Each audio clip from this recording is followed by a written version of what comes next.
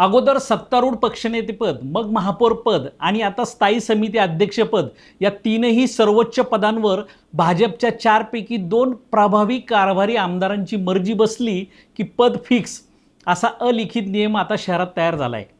त्यामुळे भाजपच्या कोर कमिटीने कितीही घसा ताणला तरी आमदार सांगतील तीच दिशा यापुढे असणार आहे।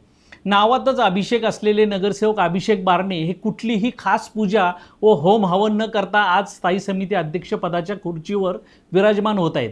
वास्तविक स्थायी समिती सदस्य म्हणून भाजपच्या 11 जणांना निवडले गेले, त्यामध्ये अभिषेक बारणे, संदीप कसपटे यांची नावे समोर येताच या 2 पैकी एक हमखास स्थायी समिती अध्यक्ष होणार असं चित्र स्पष्ट झालं होतं। भाजप पक्षातर्फे आजपर्यंत पदावरील निवड प्रक्रियेचे निकष पाहता कोर कमिटीच्या निर्णयाला प्राधान्य देण्याची प्रथा आहे।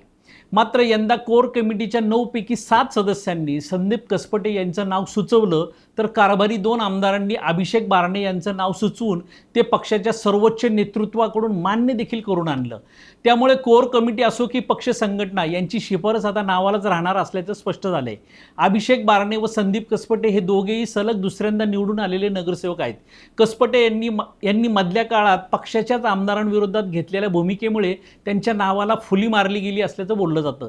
नवे स्थायी समिती अध्यक्ष झालेले 36 वर्षीय अभिषेक बारणे हे तुलनेने तरुण असलेले नगरसेवक या सर्वोच्च पदावर आमदार शंकर जगताप यांच्या विशेष आशीर्वादाने आता बसले आहेत। स्टँडिंग नेमकी कशी चालते हे पहिल्या टर्ममध्ये निवडून आल्यानंतर सलग 2 वर्षे त्यांनी सदस्य पदाच्या माध्यमातून अनुभवली आहे। नेमके ते अध्यक्ष व्हायला व कुठलाही खर्चिक व मोठा प्रकल्प करायला त्यांना वाव नसल्याची स्थिती पालिकेच्या तिजोरीवर आता निर्माण झाली आहे। पालिकेत दुसऱ्यांदा सत्तेवर आलेल्या भाजपच्या 2 आमदारांनी पद वाटपाची देखील व्यसन आपल्या हाती ठेवून कोर कमिटीला जणू चड्डीत राहायचं असाच इशारा देऊन टाकलाय।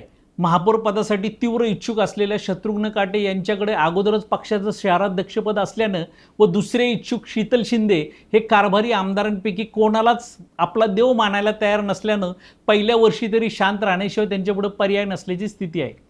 त्यामुळे यापुढे महापौर व स्थायी समिती अध्यक्षपद ही 2 सर्वोच्च पदे कारभारी आमदार ठरवतील त्यांच्याच गळ्यात पडणार की निष्ठावंत व उपेक्षितांना न्याय मिळणार याचे उत्तर आगामी काळात मिळणार आहे। तुर्तास कोर कमिटी तसेच पक्ष संघटना यांनी पक्षाचे कार्यक्रमच राबवावे हाच संकेत दोन्ही आमदारांनी जणू आता दाखवून दिला आहे।